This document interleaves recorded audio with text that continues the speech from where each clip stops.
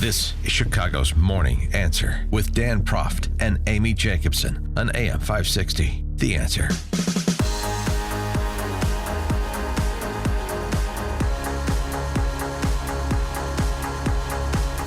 Top of the morning, Dan and Amy. Just want to update one of our top stories, of course, the awful massacre in Sri Lanka yesterday on Easter Sunday. 290 murdered, more than 500 hurt in a total of 8 explosions, 6 initially, and then 2 more after the first wave of attacks on churches and hotels in Sri Lanka's capital city of Colombo. Yeah, it was 3 Catholic churches, and then the rest were Western hotels where there were people from really all over the world. Every country has been affected by this. 37 different people from 37 different countries are among the 300 who were killed. 2 Americans that they know of so far, and they're saying it was a domestic jihadist group that is claiming responsibility. The government also suggesting they failed to heed a tip they got 10 days ago, 10 days before yesterday, that there was a radical Islamist group that was planning an attack or a series of attacks. Now, there's a number of people that are in custody. Yeah, there's 24. CNN's reporting 24 this morning have been arrested. But I haven't seen identification of the sort of the profile of those individuals in custody. So we're still waiting for that. And then one suspect, they went to his house, and there was another makeshift bomb there that was triggered to go off, and 3 police officers were killed. Yeah, there were bombs all over the city. There was a 6-foot pipe bomb found near the Sri Lankan airport hours after the terror attack as well. So this is going to require some real investigation to piece this all together, and we'll be keeping you updated as more information becomes available, as well Mike Scott in our newsroom, of course. All right, switching gears, going back to the fallout from the Mueller report and what may be forthcoming. Interestingly, the response from the White House to the Mueller report, according to Rudy G., may never see the light of day. The White House may be satisfied to watch this play out with congressional hearings. But one interesting perspective in terms of who this is bad for, of course, the focus of the D.C. press corps that's antagonistic to the administration which is bad for Trump, and you had all of the leading Democrats, committee chairmen who've been calling for Trump's impeachment since January 20th of 2017, restate their intentions to continue investigations, if not pursue impeachment. Not quite ready to say it yet. Scott Jennings, writing for CNN, who's a former Bush administration official, makes this point. The Mueller report flatly states that Russia began interfering in American democracy in 2014. Over the next couple of years, the effort blossomed into a robust attempt to interfere in our 2016 presidential election. The Obama administration knew this was going on and yet did nothing.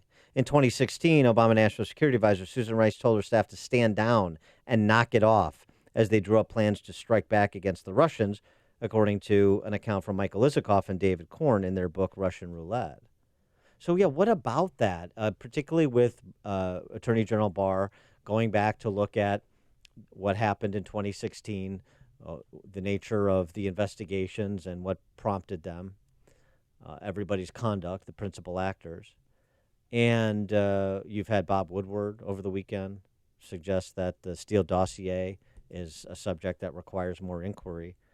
Could it be that this really begins to turn, not on President Trump with respect to congressional Democrats, but on the Obama administration and senior officials at FBI, at CIA, perhaps elsewhere, for those during those final days or the final year of his administration? For more on this topic, we're pleased to be joined by Peter Vaira, former U.S. Attorney for the Eastern District of Pennsylvania. He also headed up a organized crime strike force in Chicago before that, so he knows a little bit about our confines here. Also a former executive director of the President's Commission on Organized Crime. Peter, thanks so much for joining us. Appreciate it. Hello. I'm having a hard time hearing you. Oh, okay. Well, I'll speak up. Let me know if it's a problem. Okay, that's better. That's much better. Okay. So let's start with the reaction from congressional Democrats. Despite Mueller's kicking the can on whether or not there was obstruction, congressional Democrats are now suggesting, well, one, many are suggesting there was, and number two, they're suggesting they're going to do their own inquiry to come up with their own proof to be able to prove obstruction, at least in a political sense, for the purposes of impeachment. How do you suggest that Democrats would go about doing that? Their investigation would be more exhaustive, more professional than Robert Mueller's? Well, let me go back to the very beginning of why they're concerned about Robert Mueller. Robert Mueller did his job. Remember, this was given to the Department of Justice. The Department of Justice is not like any other agency, and it deals only with results. It doesn't deal with a lot of information about how they got to those results.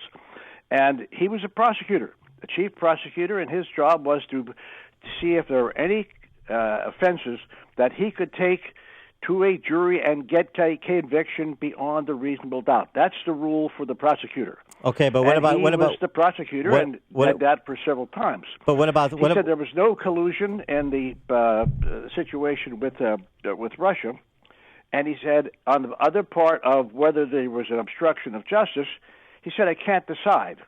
Well, that's what he did. Well, I know what he did. He could not proceed and get a conviction. Right, and that was the Department of Justice's standard. The Department of Justice doesn't write reports, doesn't talk about what happened or why not. They just said we cannot get a yes. But here's the excuse me. Keep in mind, he said maybe I don't believe the witnesses. Maybe this is worth. Maybe this guy really wasn't intending to do it anyway. He made his decision, and that decision of the Department of Justice. The department does not write reports. Okay, about what they is my microphone on? Can you hear me? Do it or we don't, and that's the answer. Okay. Can you hear me? Yes, go ahead. Okay. So on the matter of obstruction, isn't it a prosecutor's job to make a determination?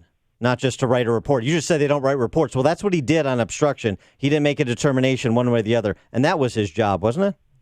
That was his job, and he did what he's supposed to do. He didn't indict. That's it. I don't care what his reasons were. And I was a prosecutor a long time, and many, many times my supervisor said, "What happened here, Pete?" I said, "Look, I don't have a case. I simply don't have a case. I don't believe the witnesses, whatever. I'm never going to make it to the finish line." And that's the final job of the department. It's not the department's job to go writing up, well, I thought about this, but maybe you should consider that. Well, that's exactly what he did. Some states have that, and it's very, very bad. Pennsylvania had that till about 3 months ago or 5 months ago, and the Supreme Court of Pennsylvania struck down that power to issue reports. It's just unfair because it means nothing. It's just a conversation of the prosecutors talking about why they couldn't go. The answer is, did you go or did you not go? And he did not. Right, they got their answer. Right, so the Democrat... And it's simple as that. I don't care what you want to read into it. They said, well, Mr. Barr, Attorney General, decided that he wasn't going to go on it. Of course he wasn't going to go on it. There was a very experienced and not a nimby-bumby prosecutor said, I'm not going on this. Well, he wasn't going to do that either. That's the simple answer. And the Department of Justice doesn't do or dwell on, perhaps, maybe, look at this. Either it happened or it didn't happen. And he made that decision. I don't care what he said, why he made that decision. He made it. He did not go forward. All right, so the Democrats seem divided over what to do next. Do you think they should try and impeach the president? Oh, that's a political question. It's hard for me to say, and who knows what information they have. I must say the Congress has a very lousy system of gathering information. If you watch their committee reports and what they do, they're very bad at it. And I can't say that. I can't say what. I think a great deal of that is political. There may be some lawyers in between who might say, we might not be able to prove this, but I can't pass on that. That goes into another area. All I know is the Department of Justice said, we don't have it, and we're not going.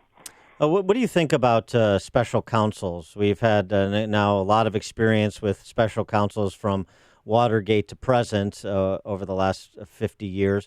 What's your opinion about the use of them as opposed to just the Department of Justice or Congress exercising those responsibilities? But here's what I think we don't need special counsel. This is what we really need. This is what you really need. This should be a government of laws and not of men. And so we don't trust the Department of Justice. Here's what I suggested the present President Attorney General do. In the Department of Justice, there is 50 persons who are very, very experienced, who try cases like this, investigate cases like this all the time. Put together a cadre of those, a special cadre, 20, 30 of them, and they're stand ready. And when a question like this comes up, give it to those professionals. Give it to a team of those professionals and say, come back and tell us whether we should go or not. Now, you're going to trust them because they're career people, they're not political, and whatever they come up with, the Attorney General has an answer. That's what should be done. The department should be the place where you go for decisions like this. I can't take it, but for no matter what administration is in, whatever occurs, they'll say, well, this Attorney General works for the President, so you can't trust him. We cannot go on like that. You need a Department of Justice, hand them a hot potato, and they'll deal with it. That would answer a lot of questions. In short answer, I'm not crazy about special prosecutors. I'm not. One of the reasons was I was never one, because you get that, you can practice law, hire your buddies, and continue for a long time. Yeah. Not saying the integrity of this fellow. He's a very fine guy and a tough prosecutor. But I don't think you need any more of these. Let's get out of this habit. Otherwise, we'll just go on forever. All right. He is Peter Vaira, former U.S. Attorney for the Eastern District of Pennsylvania and former Executive Director for the President's Commission on Organized Crime. Peter, thanks so much for joining us. Appreciate it. Thank you very much. Thank you. Take Good morning.